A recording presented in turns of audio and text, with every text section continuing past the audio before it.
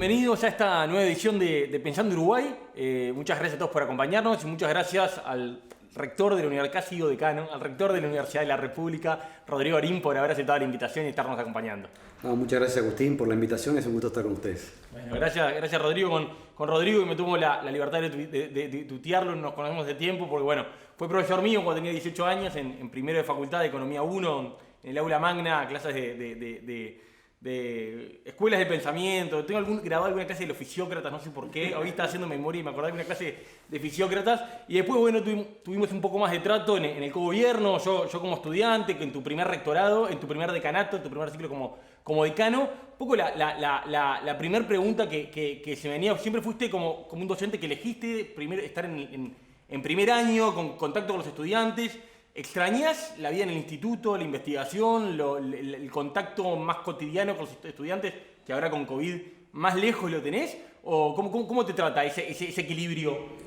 Yo te diría que, por un lado, extraño la investigación en el Instituto de Economía, pero también he hecho el duelo, en el sentido más tradicional del término, en el sentido que sé que es un lugar donde posiblemente no vaya a volver y donde no me toca hoy estar investigando, generando conocimiento, como lo están haciendo generaciones de investigadores mucho más jóvenes que hoy, formándose en el país y fuera del Uruguay, han vuelto y de regresado y están generando conocimiento de alto nivel en el Instituto de Economía. El otro aspecto de esta universidad tan extraña que tenemos, que por un lado tiene cuerpos de docentes dedicados a la investigación y a la misma vez atienden la masificación estudiantil, sí lo extraño, pero lo extraño por el COVID, porque no abandoné la docencia. Eso te iba a preguntar, ¿qué te quedaste de la docencia? En realidad, justamente, el componente de la docencia que preservé desde el rectorado es la enseñanza de grado en primer año de facultad. Los teóricos de lo que era Economía 1. Los teóricos de ahora, dos materias distintas, que es interacciones económicas, introducciones a interacciones económicas y bienestar y desarrollo. Cambiaron los nombres y los contenidos y el enfoque también, vinculado también a redes internacionales que pertenecemos y que estamos generando materiales para afrontar la enseñanza en primer año de la economía. Pero no he tenido la posibilidad como rector de dar clases de manera presencial. Eso es cierto y lo extraño. No es lo mismo el Zoom. El Zoom es una herramienta que nos ha permitido y mucho mantener conectada a la comunidad universitaria y a los estudiantes participando en la vida de la institución, pero esa posibilidad de ir a la facultad, de entrar a un salón repleto y tener diálogos e intercambio con los estudiantes, la extraño. Pese a que estamos manteniendo la enseñanza y estudiando clase, estoy dando 2 cursos por año. Ahora vamos al tema de la virtualidad, que me parece ultra vigente, que es una excelente excusa para hablar de temas de fondo, la coyuntura. Pero tengo una pregunta más de esto, y ¿cómo venís llevando la vida familiar en esto? El equilibrio de tus hijas, tu familia, ¿has logrado mantener? Vos alguna vez habías contado que tratabas de reservar los mediodías para almorzar con tus hijas. ¿Has logrado respetar eso, seguir respetando eso o menos? A ver, como a todos los uruguayos, el COVID no cambió las reglas de juego, hasta familiares. Una de las cosas que he intentado hacer, lo hacía como decano y lo he intentado hacer como rector, es lo que tú planteás. Preservar los mediodías para llevar a mis hijas a la escuela, e intentar reservar también un espacio para ir a buscarlas cuando puedo, porque son los momentos que uno puede tener con claridad contacto con familiares más claros. El rectorado tiene algunas exigencias que a veces son bastante imprevisibles en cuanto a los horarios. Lo que sucede es que el COVID nos cambió a nosotros como docentes y a ellas como estudiantes, alumnas, y tener, como tengo ahora, una hija de 4 años en casa que retoma la escuela por suerte, otra de 8 que está retomando esta semana la vida escolar, y otra de 17 años que sigue estudiando a distancia en este momento, no es un andamiaje sencillo y tampoco es algo que deseable para ellos tampoco. No. Y bueno, yendo al tema de la virtualidad, la universidad fue como mano, ¿no? Ustedes tomaron la decisión rápido de suspender las clases y bueno, implementaron como se pudo la virtualidad cada vez mejor. Ahora vi que hace poco sacaron unas becas, porque me siento parte de la universidad aún, de una cantidad de laptops para estudiantes. ¿Qué es lo bueno y qué es lo malo? Me nace preguntarte, pero más que lo bueno y la fortaleza y la debilidad de la virtualidad, ¿qué va a quedarse y qué se va a ir cuando esto pase? ¿No? Siempre decimos, cuando esto pase. Bueno, cuando esto pase, suponiendo que pase y podríamos volver a lo anterior. ¿Qué va a quedar en una universidad en un contexto de masificación que año tras año enfrenta un contexto de masificación y que bueno, puede encontrar acá una cantidad de instrumentos que nos pueden venir muy bien, y también con una universidad con un desafío de la descentralización que vos siempre lo tomaste personalmente en tus roles?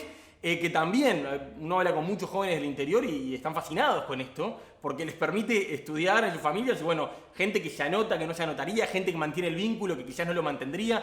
¿Qué va a quedar cuando esto pase? ¿Cómo te imaginas vos como rector esa dualidad?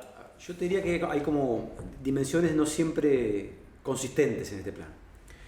Por un lado, es muy claro que las instituciones estamos haciendo aprendizajes que nos apoyamos en lo que ya sabíamos. La Universidad de la República tenía cierta tradición de combinar el uso de plataformas digitales con la presencialidad, como complemento a la presencialidad. Lo que nos obligó el COVID es, para mantener la actividad de enseñanza, migrar a plataformas digitales toda la enseñanza. Migramos más de 4.000 cursos durante el 2020 y en este 2021 tenemos en este primer semestre arriba de 2.800 cursos instrumentados en la virtualidad. Y estamos hablando de varios miles de estudiantes. Nuestros cálculos actuales son cerca de 100.000 estudiantes que están participando activamente en este momento. En la emergencia, introducimos medidas de emergencia. Lo que tú mencionabas, una beca de laptop, repartimos laptop. Estamos intentando cerrar un acuerdo con Antel que todavía no lo logramos hacer en este momento, para asegurar la conectividad de todos los estudiantes.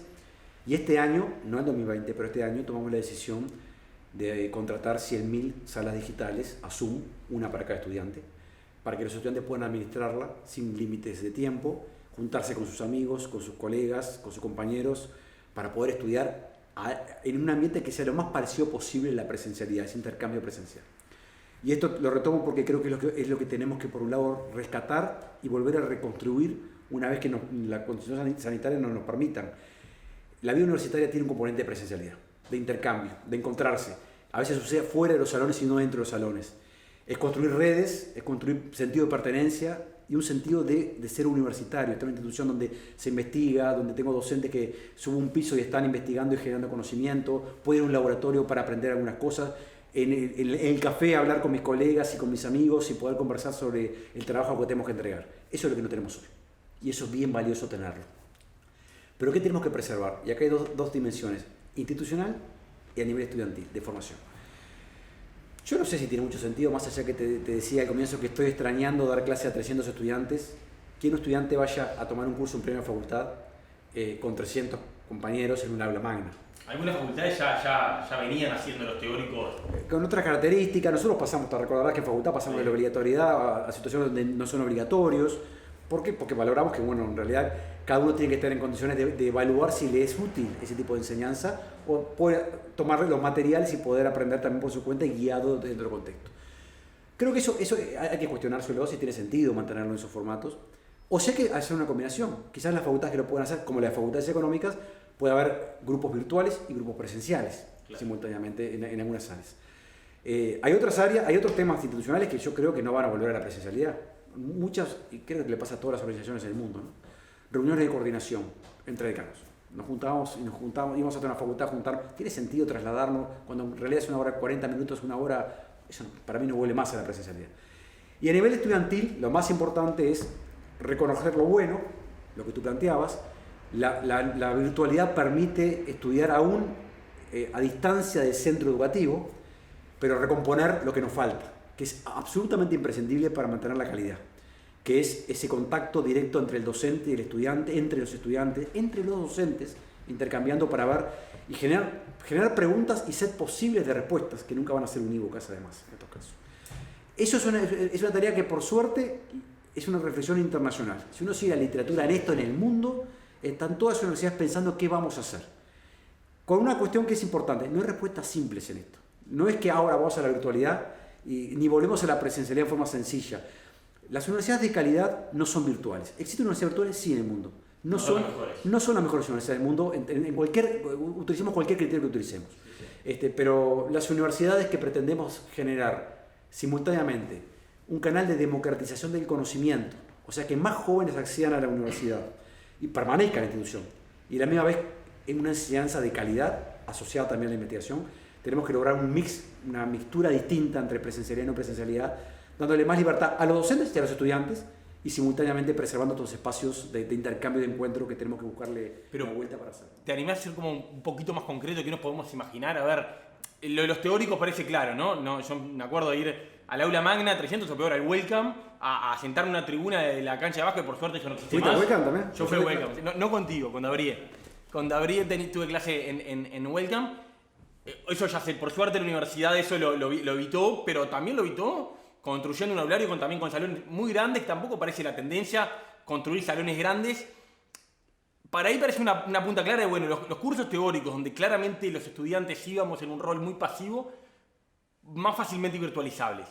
Además de eso, ¿qué cosa puede haber? Los vos decías, el estudiante que hoy hizo un año de carreras de Tacuarembó o desde Río Negro para un lugar donde la universidad básicamente no está. ¿Qué puede esperar que quede de esto? Bueno, hay otras instancias posibles, que no solamente los teóricos masivos. Las clases más de corte magistral, aunque no sean masivas, tienen un formato que pueden ameritar un tratamiento en la virtualidad. ¿Dónde vamos a tener más dificultades? Y donde no es sustituible. Por ejemplo, en aquellas carreras, y acá importa reconocer la diferencia, clínicas. Claro. Un médico, un veterinario, un agrónomo, tiene que interactuar con sistemas biológicos de distinta naturaleza. Pero la interacción con el sistema biológico es parte sustantiva y constitutiva de la formación. Eso no es sustituible por otros espacios, ¿sí? Los químicos, los profesionales que se están formando en ciencias o en laboratorios, bueno, requerimos, cuando se que hay también laboratorios virtuales cada vez más, requerimos poder avanzar en la presencialidad. ¿Qué es lo que hicimos en el segundo semestre del año pasado y no pudimos hacer este primer semestre? Es recuperemos toda la presencialidad posible en los ámbitos imprescindibles. Enseñanza clínica, enseñanza en laboratorios, seminarios. Eso es lo que tenemos que preservar. El resto, yo creo que es modulable y manejable. Por eso te decía que creo que podemos imaginarnos una circunstancia donde las facultades económicas o la facultad de Derecho, donde la carrera de pizarrón. Digo, que tiene mucho más de pizarrón, entre comillas, por más que es un poco simplista mirarlo de esa manera, bueno, vamos a tener mezclas en donde hay algunos cursos, el mismo curso se va en formato digital y en formato presencial. En algunos estudiantes van a ver y en algún momento vamos a pedir que vengan para las evaluaciones, para seminarios, para intercambios, pero puede haber un engranaje distinto en donde la localización en el territorio no sea una restricción para ser estudiante. Bien, está bueno. Enganchándome con esto mismo y con los desafíos de la universidad, de la república y el desafío de la masificación, ¿cuál es el modelo de universidad que tenés como en la cabeza hacia el que te gustaría que caminemos en esta cosa de que tenemos una universidad que es cada vez más masiva, que tenemos como algunos mandatos, algunas preferencias sociales muy marcadas de la gratuidad en la enseñanza de grado? ¿Cómo te parece que podemos realmente mantener esta democratización, haciéndola sostenible, sin que pierda calidad?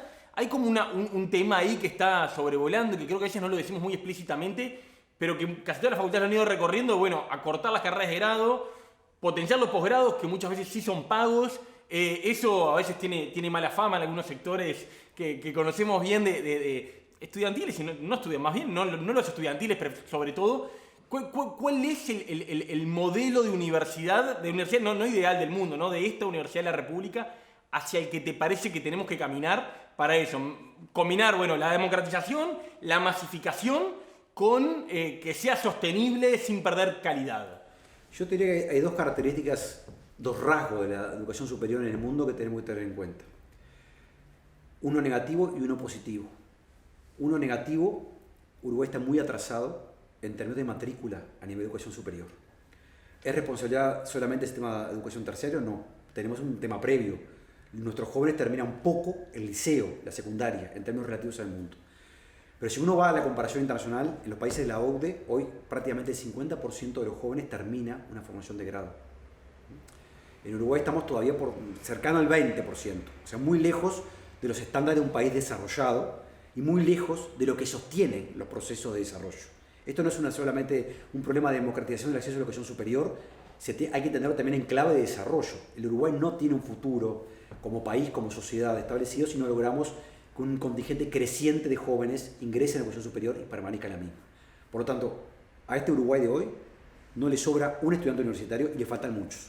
Y eso me parece bien importante matizarlo porque es un elemento diagnóstico. Ahora, está bueno, pero ahora, ¿qué hacemos si se destraba secundaria? Si mañana en vez del 40% de los jóvenes terminan la edad, lo va a terminar el 75%, el 80% como en Chile. La Universidad de la República es el único lugar, o es el lugar donde la inmensa mayoría de esos jóvenes van a ir.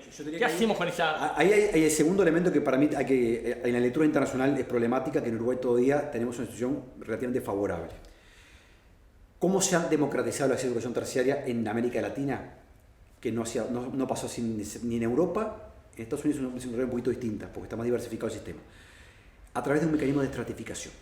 Entonces tenés instituciones de educación superior de calidad, de punta, a veces se llama aquellas que están generando conocimiento en la frontera de cada una de las áreas disciplinares, otras instituciones que prácticamente donde no hay investigación y lo que hacen es formar a nivel de grado, con pocas prestaciones desde el punto de vista que no sean estrictamente de la enseñanza, y donde el egresado con el mismo título de una institución va a conseguir empleo y tiene dificultades porque hay un mecanismo de señalización, no es lo mismo egresar de la institución A a la institución B. Eso se llama estratificación en los sistemas. Algunos países lo han evitado y otros países lo han profundizado. En América Latina está primando un criterio de estratificación muy grande, con enormes dificultades. Ahora Perú, más allá de los líos políticos que estamos en este momento, es un caso claro de que tuvo que sacarle la licencia a una cantidad importante de universidades porque no pasaban ciertos umbrales de calidad. Ahora, los jóvenes que estudiaban en esas universidades, que no lo sabían, que eran universidades de mala calidad, tomaron decisiones por su vida, de vida. En Uruguay tuvimos un ejemplo de esas características. Recordemos que tuvimos un ejemplo de esas características, tuvo una institución que cerró por problemas de calidad y dejó en banda, entre comillas, a un contingente importante de jóvenes. Pero no es una realidad generalizada. Entonces, ¿qué me imagino yo? Me imagino, por un lado, un sistema público fuerte, como tienen los países escandinavos, como componente central, medular, integrado no solamente por la institución pública, la Universidad de la República, sino por un sistema de educación pública terciaria y superior fuerte, con componentes que tienen que ver desde la UTU, la UTEC, la Universidad de la República, por supuesto formación docente en el arreglo institucional que finalmente emerja, en donde convivamos en un sistema que coordine. Y acá, de vuelta a lo importante, tenemos que lograr coordinar. Los recursos públicos son escasos, pero además no podemos reiterar gastos y reiterar inversiones. Hay algunos buenos ejemplos. En Rivera, el campus. Tenemos un campus común con la UTEC, Universidad de la República, formación docente y la UTU. Es un ejemplo, y además compartimos recursos, no tenemos 4 salas, aulas magnas, claro. Tenemos una. Tenemos una biblioteca que compartimos recursos. Tenemos docentes que intervienen y dan clases en ambas instituciones. Esas cosas, un país pequeño, con recursos también pequeños y con masa crítica acotada, ¿sí? Requiere hacer un uso eficiente de estos recursos, en particular del sector público. Entonces me imagino una institucionalidad pública conectada, una institución privada que complementa esto. Es parte de la vida institucional que está instalada y es correcto que así funcione, con estándares de calidad y de evaluación adecuados, en este caso para evitar señales equívocas.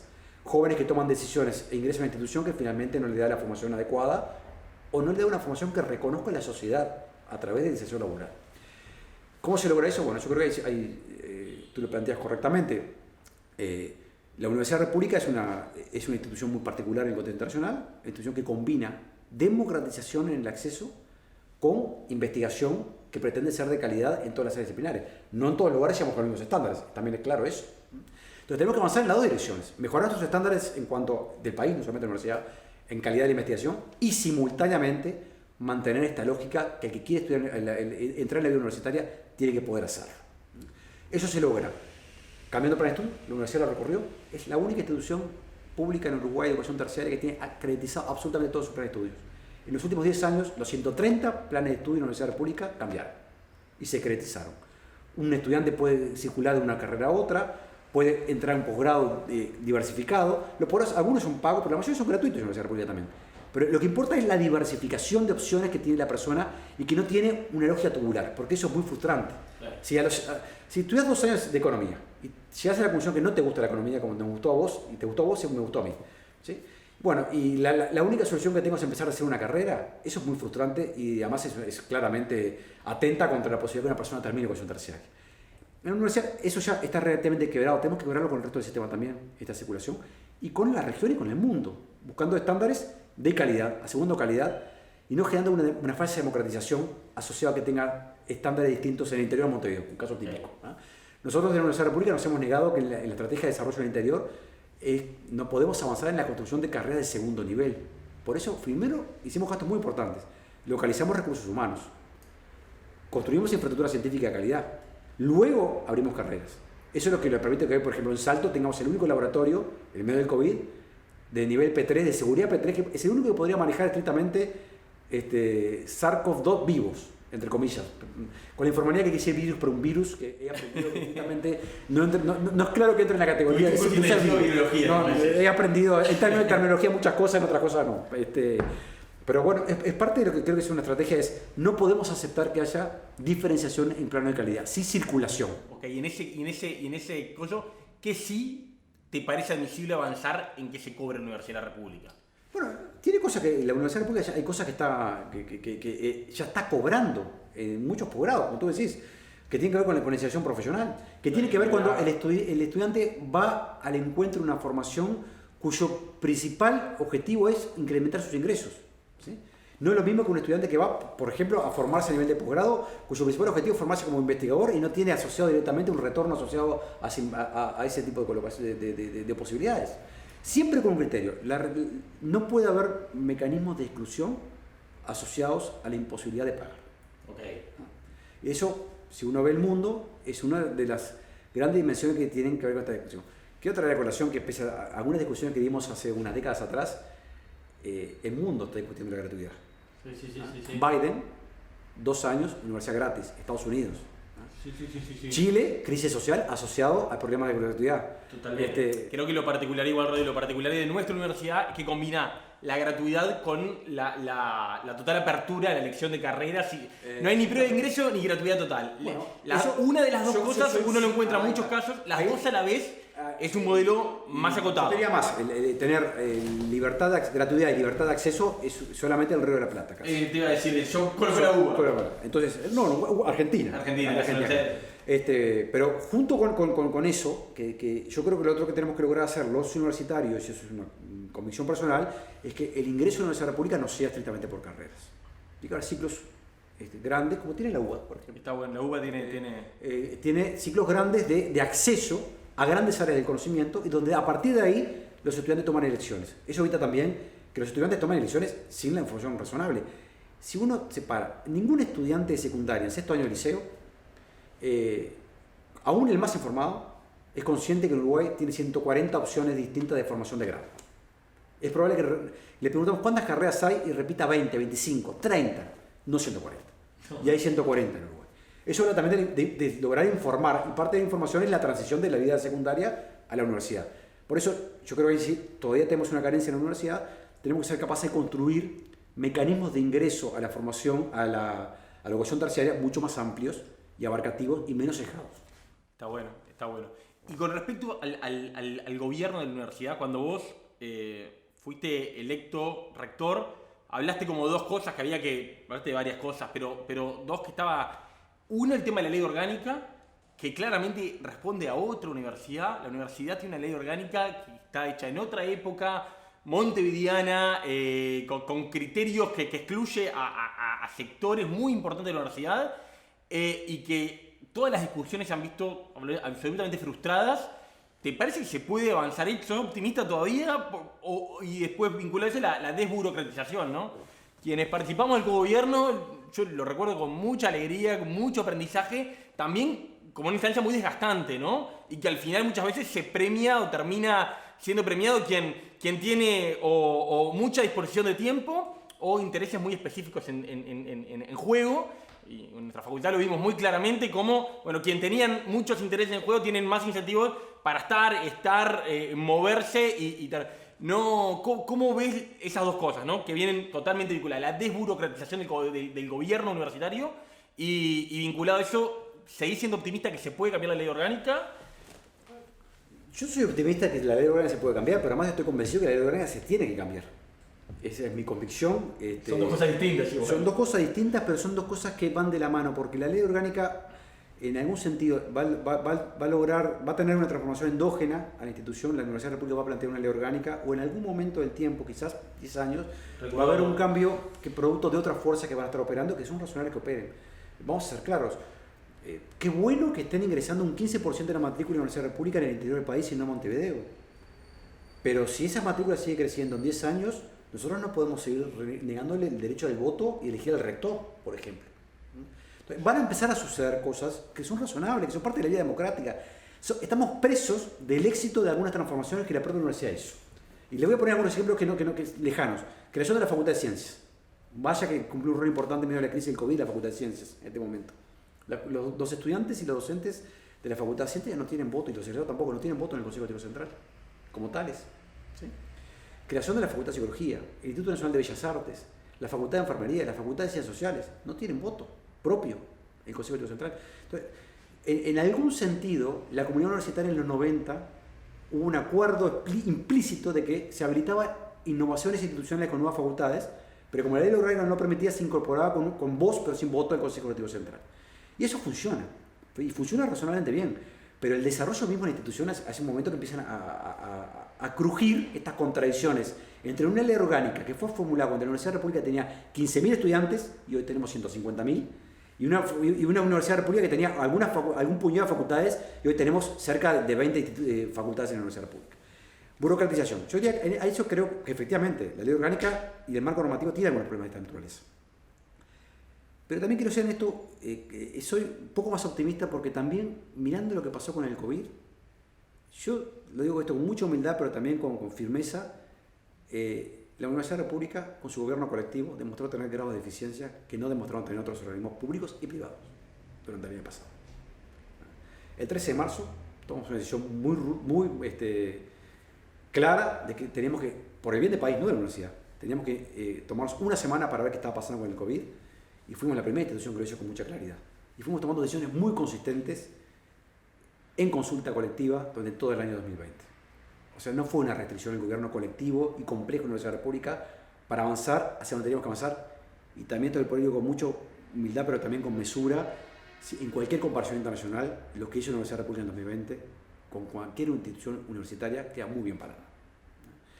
¿Eso quiere decir que no existe problema de burocracia? Sí, pero tienen dos orígenes. Uno, nuestro marco normativo, que podemos cambiar algunas cosas sin cambiar la ley orgánica. En eso estamos. ¿Sí? Estamos revisando todos algunos procesos. Inclusive el expediente electrónico, que lo instrumentamos el año pasado en 20 días, en medio de la crisis del COVID. El otro tiene una fuente que es el propio derecho público uruguayo. Y a veces también la forma que pensamos la gestión universitaria del derecho público uruguayo. El año pasado, cuando se discutieron dos leyes importantes, la ley del presupuesto y la ley de urgente consideración, en dos ocasiones logramos que no se votara, se incorporaron mecanismos que lo que hacían era hacer mucho más rígida la vida universitaria. Por ejemplo, en cosas parecen menores, pero no lo son, que los recursos de libre disponibilidad que recibe la universidad, por ejemplo, vendiendo servicios, ¿sí? O recibiendo recursos porque tiene patentes o por cualquier otro origen posible, bueno, la Universidad de la República no lo puede obtener ni siquiera en dólares, ni unidades indexadas. Habíamos logrado, en la última rendición de cuentas, previo al presupuesto, que se votara un artículo que decía que a la Universidad de la República, a propuesta nuestra del rectorado, se le permitía tener esos recursos, no los recursos presupuestales, esos recursos en otros activos financieros, como puede ser cuentas de unidades indexadas, letras de regulación monetaria, que le permitían preservar el valor, una presión tan pequeña como esa.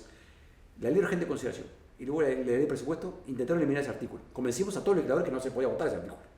Pero es como que el Estado uruguayo tiene un problema con el derecho público, ¿no? Dudas. Hay como un mecanismo de controlar no es propio, sí hay como, bueno, mecanismo propio que puede ser que en circunstancias de apuro, creo que ahí el liderazgo mueve la pelota y creo que está tu experiencia y de rectores anteriores que han logrado. También hay estancamientos, bueno, como el de la ley orgánica, el más evidente. Y temas como que cuesta a veces discutirlos, cuesta, bueno, la capacidad de bloqueo es muy importante. Y bueno, ahí bueno, hay hasta dónde la lógica de consenso, que no es necesaria en la universidad, pero que a veces parece que es la única forma de avanzar, no termina siendo un bloqueo. Hay un problema de economía política en eso, está claro. Estoy convencido que las condiciones, por lo que te planteaba antes, en la universidad han cambiado mucho con respecto a lo que era a comienzos de los 90, por ejemplo, no estoy hablando ni siquiera en la época pre-dictadura, y que esas condiciones van a determinar que el marco normativo de la Universidad de la República va a cambiar. Bien. Sin pretensiones maximalistas. ¿Qué es lo que hay que hacer? Hay que hacer lo que han hecho muchas universidades públicas en el mundo. La enorme contradicción que tiene Uruguay es que existe una ley orgánica que establece hasta cómo se compone el máximo órgano de conducción de institución pública universitaria. No existe en el mundo, no conozco ningún otro ejemplo del mundo. Ni grandes, ni macros universidades, como puede ser la UBA en Argentina, o la UNAM en México, para citar dos universidades que no lo tomo como ejemplo, pero sí señalo, no tienen leyes que regulan la integración de ese nivel de precisión. No, son estatutos, ese nivel de estatutos que se establece. Nosotros tenemos una ley que nos rigizó, que tiene enormes virtudes, la ley 58, ¿no? Entre otras cosas, consolidó un aspecto tan clave y tan importante de la vida universitaria como la autonomía. Pero tiene el enorme defecto que se miró a sí misma como sin proyección histórica, sin un desarrollo histórico de crecimiento distinto. Esto es lo que somos y hacemos una ley para lo que somos, bueno. y de hace más de 50 años eso. Y eso en realidad, la universidad en 1908 hubo una ley orgánica, en 58 otro, y hace más de 50 años Nos tocaba en el 2008 entonces. Pero no tocó. Pero estoy convencido que eso va a cambiar y tiene que cambiar. Si no cambia eso, vamos a tener dificultades. Te saco un poco el tema propiamente de la universidad para hablar de temas que tienen que ver con el conocimiento y las políticas públicas, ¿no? Hay como dos temas que estuvieron sobrevolando la discusión y que, bueno, vos tuviste mucho que ver. Uno, el vínculo de la ciencia con las políticas públicas, la inversión en ciencia, hasta cómo cambió algo el COVID. Hablamos mucho del GACH, la jerarquización de la ciencia, bueno, hemos escuchado hasta el hartazgo cosas. El día también, cuando esto pase, nuevamente, cuando esto pase, ¿qué queda de eso? ¿Realmente crees que hay un nuevo vínculo entre la ciencia y las personas, entre el reconocimiento, en la economía política, en la legitimidad política de las reivindicaciones presupuestales de mayores recursos para esto? Y muy cercano a eso, el viejo vínculo interesado de las dos puntas entre el conocimiento específico y las políticas públicas, ¿no? En Uruguay es un vínculo muy complejo. El Fito Garcés sostiene, creo que con mucha presión, que en Uruguay tenemos políticos muy fuertes que mandan, y es la fortaleza de la democracia uruguaya, tener realmente caudillos que convocan, que identifican, que representan, y que a veces el policy making no tiene insumos suficientes. Hay casos extremos por el contrario, como puede ser Chile, que ya vimos que tampoco, no hay modelos ideales en esto. Pero también el GACH parece por algún momento haber sido como un gran emblema de una buena narrativa de cómo hay que solucionar esto. Ahora parece capaz que no tanto, ahí empezaron como a haber algunos ruidos. ¿Cambia algo lo que pasó este año en esos dos temas? Yo te diría que no hay que tener visiones demasiado ni manicaístas ni simplistas de esto. La historia, el vínculo entre política y ciencia es un vínculo extremadamente complejo a lo largo de la historia de la humanidad, pero pongamos un poquito de los últimos 200 años. Para nada es un vínculo en donde la ciencia siempre alimenta de conocimiento a la política y la política toma decisiones en función de eso. Entre otras cosas porque hay principios filosóficos que siguen siendo válidos en cuanto a aspectos que tienen que resolver las políticas. Sí, lo que creo es que tenemos una circunstancia en donde queda muy en evidencia la importancia del conocimiento avanzado. La importancia del conocimiento avanzado en dos planos. De vuelta, uno muy positivo y uno que tiene un componente muy peculiar para el mundo que vivimos. Es muy positivo. Lo que logró en la humanidad con sus acervos científicos en un año es absolutamente increíble. Un hito civilizatorio. Un hito civilizatorio. En menos de un año tenemos no una, decenas de vacunas que son capaces de controlar la evolución de un patógeno de la naturaleza que es el SARS-CoV-2. ¿Sí? Y eso es algo que no tiene antecedentes en la historia como logro. Pero simultáneamente demuestra, porque es lo que estamos atravesando el día de hoy, cómo el conocimiento avanzado es también un factor de asimetrías en el poder.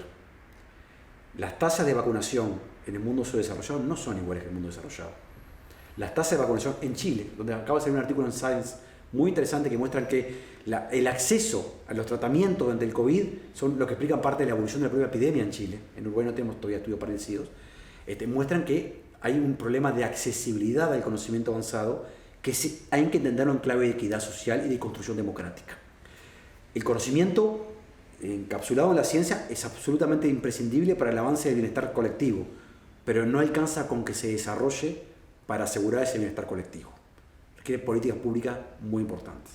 Entonces el vínculo no es un vínculo sencillo, no lo va a ser, es un factor de poder muy importante, quizás sea mucho más importante el acceso y apropiación del conocimiento que lo que puede ser el acceso o otros bienes de capital en general en este siglo XXI que estamos viviendo. Pero hay otra reflexión de por medio, es que creo que la sociedad en su conjunto, más allá de algunas reacciones complejas, que son también entendibles desde el punto de vista de la sociología, de rechazo a la propia ciencia, se dio cuenta de la importancia de esto y valora más algunas cosas que otras. Yo estoy convencido que, entre otras cosas, el Parlamento Nacional el año pasado apoyó algunas reivindicaciones de la República porque lo entendió en esta clave. ¿Sí? Pero no tengo muy claro cuánto va a durar en el tiempo esto cuando retomemos algunos espacios de normalidad. Porque de alguna manera, hoy me parece muy importante, tenemos científicos que son referentes en Uruguay. Sí. Rafael Radi, Gonzalo Moratorio, Pilar Moreno, eran muy conocidos en ámbitos universitarios, pero poco conocidos en ámbitos más amplios de la universidad pública. Se vuelven hasta en figuras de referencia con una cantidad de cosas. Eso es muy bueno que suceda. Este año en la Facultad de Ciencias se duplicó prácticamente el ingreso. ¿Ah? En 2021, o sea, 1045 jóvenes iban a empezar a estudiar ciencias básicas. Cuando estábamos en 400, 500 por año, una cosa muy estable en los últimos años. Eso refleja muchas cosas, pero también refleja que en este vínculo, si queremos construir un sistema científico de calidad en Uruguay de largo plazo, hay 3 elementos en donde todavía tenemos dificultades enormes. Invertimos poco en términos macro, sin duda. En cualquier comparación. En cualquier comparación internacional, con países más desarrollados o con países con el nivel de desarrollo de Uruguay. Invertimos poco. La mayor parte de nuestros científicos trabajan en la universidad, y esto parece un discurso que sería contrario para parte del rector, que tenía que reivindicar más recursos para la universidad solamente. Pero en realidad, un problema que tiene Uruguay es que la mayor parte de la investigación y desarrollo de la ciencia general que se desarrolla en Uruguay se desarrolla en ámbitos universitarios. En el mundo hay una distribución entre las empresas públicas y privadas, por ejemplo, absorben parte de esto. Uruguay donde menos invierte son en asociaciones públicas y privadas externas a la vida universitaria. Nuestras empresas públicas y privadas, y digo públicas en particular, ¿Qué por es eso. eso? ¿Qué crees que es eso? Y bueno, Nuestros puede haber empresarios, problemas. primero las públicas por un minuto, nuestros empresarios tienen menos visión, o puede haber un tema más de escala de sofisticación empresarial, capaz que no. Yo creo que en estas cosas no hay respuesta sencilla, ¿no? Hay una mezcla. Por un lado hay un sector empresarial que básicamente tiene su retorno asociado a los recursos naturales y un mecanismo de protección de los recursos naturales en donde la rentabilidad está relativamente asegurada con ciertos criterios, incorporando tecnología y conocimiento. Porque justamente el sector Incorporando aeroportador es un sector que ha incorporado conocimiento como poco. Pero la carne tiene conocimiento en Uruguay, lo tiene, pero de todas maneras no hay una demanda de investigar en forma endógena eso, sino que incorporan paquetes tecnológicos novedosos e innovan desde ese punto de vista en la incorporación de paquetes tecnológicos, pero no generando investigación propia en esos ámbitos. Las empresas públicas yo creo que es un desperdicio, que en Uruguay, que la hemos preservado como un activo societal importante y se ha defendido aún en conflictos políticos, en realidad las empresas públicas uruguayas invierten muy poquito en investigación. Que son las grandes empresas uruguayas, ¿no? Porque Uruguay es un país pequeño también. Entonces, si no lo hacen las empresas públicas con el porte que tienen, le podemos pedir como sociedad que lo hagan las medianas empresas, porque con Aprole, para poner un ejemplo, que lo hace, tiene alguna inversión, es una empresa muy pequeña en porte internacional. ¿Sí? Y estamos hablando de una empresa de porte y un exportador de primer en Uruguay al respecto. Sí, ahí creo que cuando hablábamos con Diego... Me faltaba una tercera. Lo otro que tenemos que evitar son los movimientos espasmódicos. No podemos invertir más en ciencia cuando el PIB crece 4 puntos y que caiga la inversión cuando el PIB baja 4 puntos. Porque en ciencia, en otras áreas, esto puede ser más dudoso, pero en ciencia y en educación superior en general, no hay retorno de corto plazo. Y lo que hacemos hoy, los retornos los vamos a tener en 4 o 5 años, pero lo que no hacemos hoy también lo vamos a ver en 4 o 5 años. Por lo que no podemos hacer es pensar que vamos a cambiar la aguja de lo que el Uruguay hace en términos de ciencia y tecnología, que hace y mucho, simplemente aumentando la inversión cuando los recursos son abundantes y generando un mecanismo de retención cuando los recursos son escasos. Eso hace muchos años sobre el sistema científico. Más si son sistemas nacientes. Nuestra comunidad académica es pequeña, capaz, pero débil desde el punto de vista de que cualquier shock nos puede llevar a un lugar que no es el deseable desde el punto de vista de la construcción a largo plazo. Ese problema de la política fiscal procíclica en todos los ámbitos que quizás acá tiene esas particularidades de mayor complejidad. Te saco un poquito de esto. Vos, en tu etapa más de investigador, te enfocaste mucho en temas de desigualdad, de pobreza. Hay como algunas discusiones hoy dando vueltas y, bueno, vos en algunos casos has participado del debate público al respecto.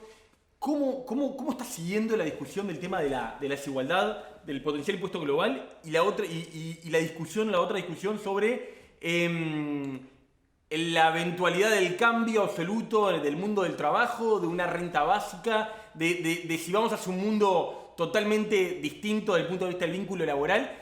Y en particular, ¿cómo lo estás viendo aterrizado en nuestro país, ¿no? Mi impresión es que muchas veces damos estas discusiones allá arriba, leyendo y repitiendo a Piketty y repitiendo cosas de gente que piensa en países mucho más industrializados, de renta mucho más alta, con otras tradiciones, que no son nuestros casos. ¿Cómo te imaginás aterrizar estas discusiones en Uruguay? ¿Van a aterrizar en el mediano plazo? Déjame responderte primero recurriendo al mundo desarrollado, para después poner un segundo Uruguay. ¿Cuáles son algunos de los dramas que tiene el siglo XXI? Dramas, yo diría que de escala internacional.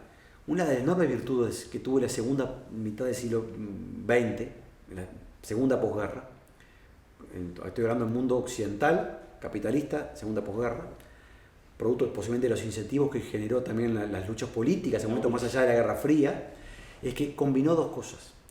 Combinó crecimiento económico con aumento generalizado del bienestar. Pero eso fue un fenómeno muy localizado en los países ricos, ¿no? A mí me parece que Exactamente, pero qué cuidado, es algo que dejó de pasar. Y eso es uno de los desafíos que tiene la democracia occidental. Pero no dejó de pasar en esos mismos países. Bueno, me impresiona que estamos como... Pero si uno lo piensa en nuestra estabilidad política, parte de los vaivenes políticos de América Latina tiene que ver que nunca logró encauzar una sociedad más equitativa en un contexto donde el crecimiento se traduciera simultáneamente en incremento general del bienestar.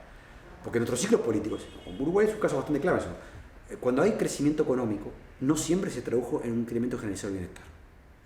Y eso es algo que casi que hay pequeños periodos en la historia donde pasó esto, en los últimos 60 años. Sino los lapsos de crecimiento económico muchas veces que además hay una cosa de mucha simetría en América Latina, en donde las crisis económicas llevan al incremento de la desigualdad, de la pobreza, donde la pobreza revertía lentamente y la desigualdad no revertía. Y eso es un patrón muy de América Latina, que está muy incentivado, y eso genera sociedades mucho más quebradas y mucho menos cohesionadas. Por lo tanto, por razones que son mucho más profundas que en el mundo desarrollado, el tema de la equidad en nuestro contexto y en nuestras latitudes importa. Porque uno de los temas de nuestra estabilidad política, tengo la convicción de estos ciclos que son económicos y políticos de América Latina, tiene que ver justamente con una situación no resuelta en donde no hemos logrado espacios de crecimiento económico imprescindible, ¿sí?, con incremento generalizado del bienestar. Eso no sucedió en América Latina, como patrón generalizado. Cosa que sí le sucedió al mundo desarrollado occidental en la segunda posguerra. Y eso no es el problema que tienen hoy, que no le está sucediendo. En Estados Unidos el salario mediano hoy en Estados Unidos de un varón sin universidad completa es exactamente igual que hace 50 años. Y eso es una de las crisis sociales que está atravesando Estados Unidos. En América Latina no es esa la comparación válida, pero la comparación es, hemos tenido ciclos espasmódicos de vuelta de crecimiento económico y crisis, donde las crisis dejan herencias en incremento de las desigualdades que no son revertidas cuando recuperamos el crecimiento económico. Okay. Por eso la desigualdad importa en estos casos. Y son por razones bien distintas, quizás hasta más profundas y más arraigadas que hemos desarrollado.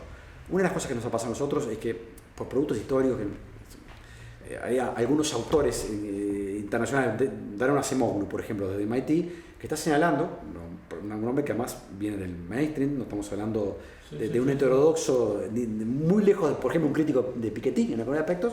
Una cosa que señala con mucha claridad es que los procesos de apropiación de activos que hubo en los procesos de colonización en América Latina son los orígenes de desigualdades y no lo hemos logrado revertir. ¿Cómo? Y no lo hemos logrado revertir.